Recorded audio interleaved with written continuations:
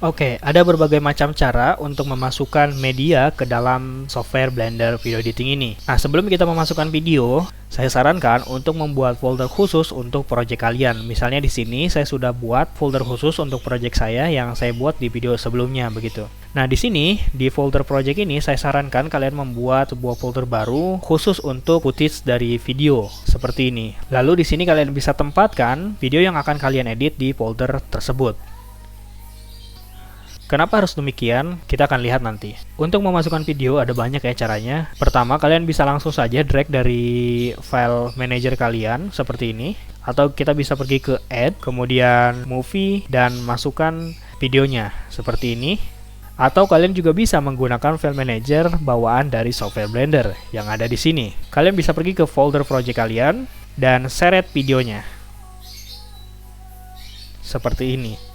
Jadi ada 3 cara yang saya ketahui. Mungkin ada cara lain. Nah, setelah masuk videonya ke timeline kalian, kalian bisa gunakan X ya untuk menghapus atau tombol delete. Sama aja fungsinya. Kalian bisa scroll ya untuk zoom out seperti ini.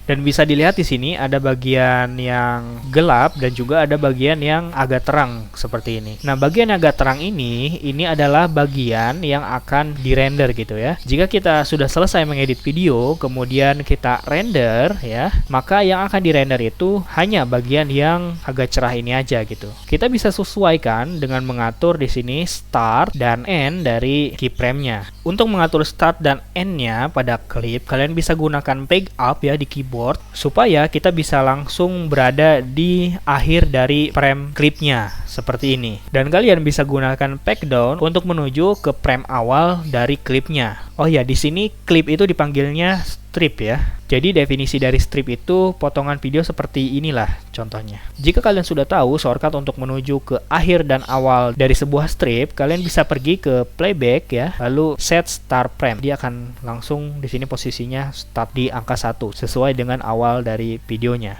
Kemudian kalian bisa peg up ya menuju akhir dari frame videonya. Kemudian kalian bisa pergi ke playback lagi dan kita set end frame. Nah, dia secara otomatis dia akan mengatur end frame-nya di akhir frame dari clip gitu. Untuk shortcut set end dan set start frame, kalian bisa letakkan kursor kalian di atasnya dan kalian bisa lihat shortcutnya adalah Control Home ya. Dan di sini videonya sudah masuk ya ke timeline video. Sebelum kita mengedit video lebih lanjut, di sini kita akan coba play terlebih dahulu.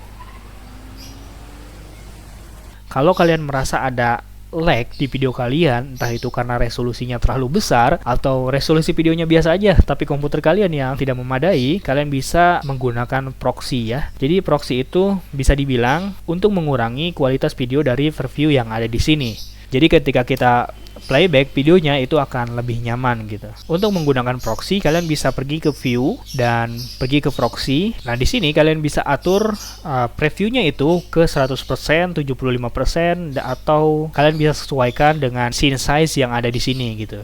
Nah, kalau saya ubah proxy-nya ini ke 25% misalnya. Nah, di sini kalian bisa lihat ada proses yang sedang berlangsung. Ini adalah proses mengkonvert video asli kita ke resolusi yang lebih rendah dari yang aslinya begitu. Jadi nantinya kita akan menggunakan resolusi video yang lebih rendah untuk preview ya. Tetapi kalau udah di-render nantinya itu tidak akan berpengaruh sama sekali. Terkadang proses pembuatan proxy-nya itu cukup memakan waktu. Ini tergantung dari spesifikasi komputer kalian dan juga video yang kalian sedang edit gitu.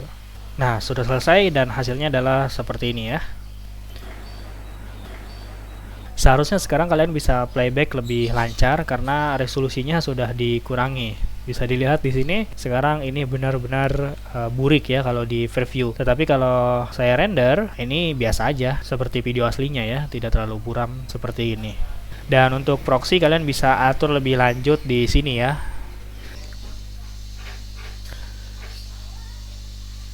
Dan ketika kita melihat ke folder dari video kita ya, setiap ada video yang kita masukkan, maka di lokasi folder yang sama dengan video yang kita masukkan, maka Blender akan membuat sebuah folder baru bernama VL_proxy dan jika kalian membukanya, di sini kalian akan menemukan folder dengan nama sama persis dengan video yang kalian masukkan ke Blender. Dan di dalam foldernya kalian bisa menemukan video.av ya. Ada video bernama proxy_100 dan proxy_25. Dan 25 dan 100 ini menandakan jika ini adalah proxy video di video dengan preview 100%. Dan proxy underscore 25 dengan angka 25 di belakangnya ini menandakan adalah proxy video yang dihasilkan dari preview 25%. Dan ketika kita play, dan ini adalah video yang telah diproses Blender ketika kita melakukan proxy ke 25%. Itulah kenapa saya membuat sebuah folder khusus untuk footage video saya di folder project ini. Nah, kemudian ketika tadi kalian memasukkan video ya, sebuah video, maka akan ada dua strip. Yang pertama adalah strip untuk videonya, dan yang kedua adalah strip untuk audionya. Jika kalian seleksi audionya ya, kemudian kalian pergi ke strip, di sini kalian bisa centang display waveform untuk melihat bagaimana sih gelombang suara dari audionya begitu. Dan secara default, audio dan videonya ini tuh terpisah ya. Jadi ketika kalian memindahkan strip audio, maka jika kalian tidak memindahkan strip audionya, ya ini tidak akan sinkron jadinya. Oke, mungkin sampai sini saja ya. Kita akan bertemu di video selanjutnya.